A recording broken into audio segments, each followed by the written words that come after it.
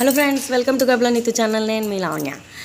బ్రహ్మముడి సీరియల్లో ఇవాళ మామూలుగా లేదండి ఎపిసోడు. సుభాష్ అయితే కావ్యకి రాజుకి ఇచ్చి పడేశాడు.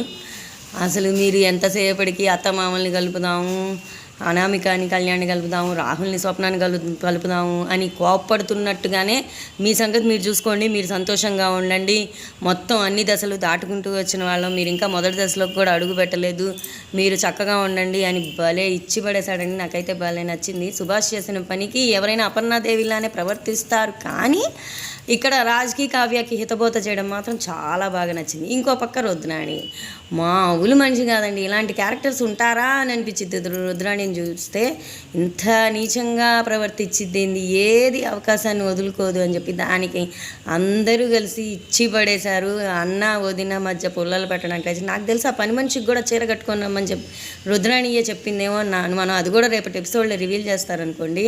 ముందే తినబోతి రుచేందుకు అన్నట్టుగా రేపటి నెక్స్ట్ సోమవారం ఎపిసోడ్లో ఈ చీర అసలు పని మనిషి ఈరోజు ఎందుకు కట్టుకొని వచ్చింది అనే దానికి ఆన్సర్ మనకి రేపు సోమవారం ఎపిసోడ్లో కనిపిస్తుంది. ఇకపోతే అసలు నాకైతే సడన్గా కావ్య కాకుండా హీరోయిన్ మన అపర్ణ అయిపోయిందేమో అని నాకు అనిపిస్తుంది. అపర్ణ సుభాష్ హీరోయిన్లు అయిపోయారు. ఇప్పుడు ట్రెండ్ అనమాట.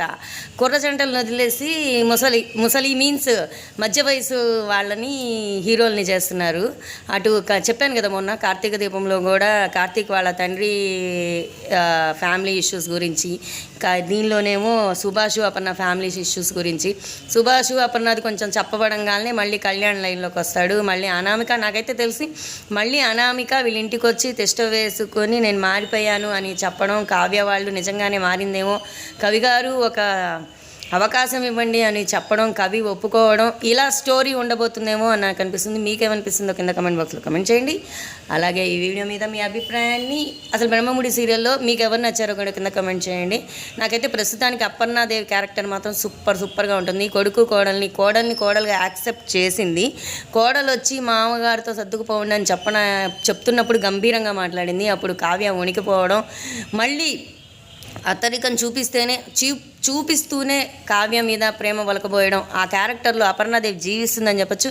అప్పుడు కార్తీక దీపం సీరియల్లో సౌందర్య ఎలా అయితే జీవించిందో ఇప్పుడు ఈ సీరియల్లో అపర్ణ మళ్ళీ హీరోయిన్ కాబోతుంది. అపర్ణాదేవి క్యారెక్టర్కి మంచి పేరు వస్తుంది అని నాకు అనిపిస్తుంది. మీకు కూడా అలానే అనిపిస్తుందా? లేదంటే సౌందర్య ఆంటీ అంత సీన్ మన అపర్ణాదేవికి లేదు, సౌందర్య ఆంటీని అపర్ణాదేవితో పోలుస్తున్నావా అని మీరు అంటారా?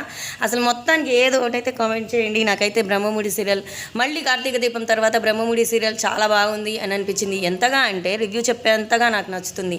మీకు ఏ సీరియల్ అంటే ఇష్టమో కింద కమెంట్ బాక్స్లో కమెంట్ చేయండి. మీరేం చేయాలి? ఈ వీడియో నచ్చితే మాత్రం లైక్ చేయాలి.